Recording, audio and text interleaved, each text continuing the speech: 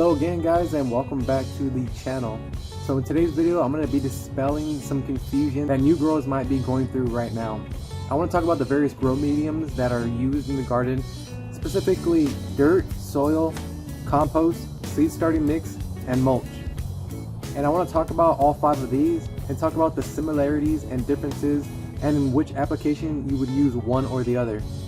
I remember when I first started gardening, I thought to myself, can I take some dirt from my front yard and grow in it? So if you ever had that thought or are confused about what soil you should be buying, then this video is for you.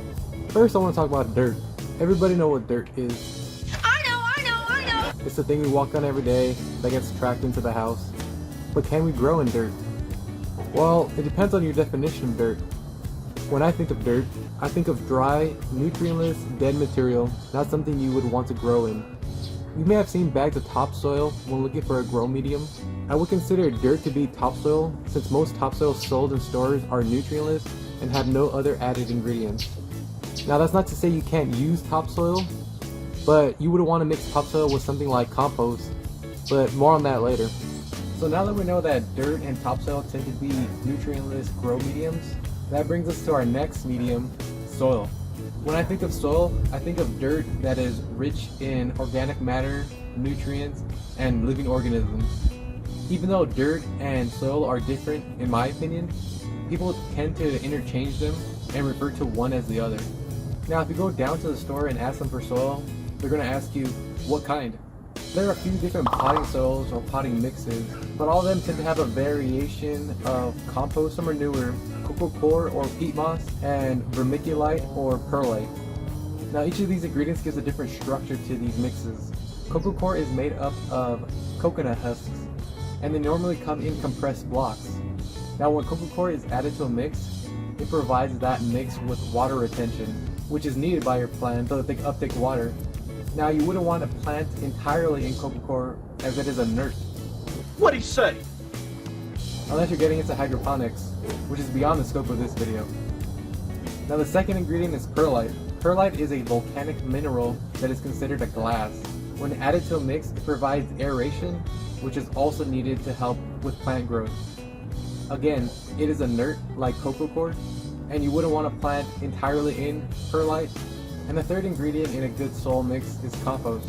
Compost is decayed organic material that is used to provide nutrition and to improve soil. And note, in place of compost, you may also find manures or other animal guano. Now if you want to go more in depth into composting, I do have a composting 101 video. I will link it here in the pop-up notification above, and I'll also link it in the description below. Now let's talk about seed starting mix. Seed starting mix is formulated to help in the sprouting process of seeds. Now seed starting mixes tend to consist of Coco Coir or peat moss and perlite, with other variations depending on where you get your seed starting mix from. Most seed starting mixes do not contain any soil or nutrients. Because of this, you wouldn't want to keep your seedlings in the container with seed starting mix for too long. The two main ingredients makes the mix very light and airy, which helps the seed, once it sprouts, push through to the surface. Using seed starting mix for anything else other than starting seeds isn't a good idea. And lastly, we have mulch. Mulch is a layer of organic or inorganic material that is placed on top of your growing area. Its main function is to provide soil moisture, improve health of the soil, and reduce weed growth.